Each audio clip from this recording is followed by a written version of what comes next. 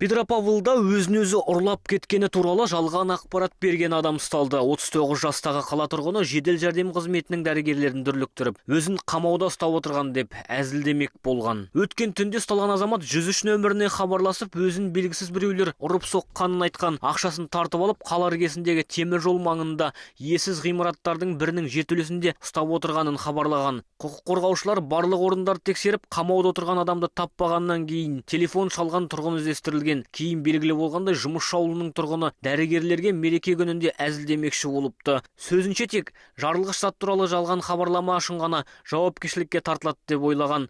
Бұл іс үшін енді 60 000 теңгеге дейін айыппұл төлейді. Да башкой ударился, извините, пожалуйста. Они приехали потом по вызову. Все увезли сюда, вот сейчас. Все нормально.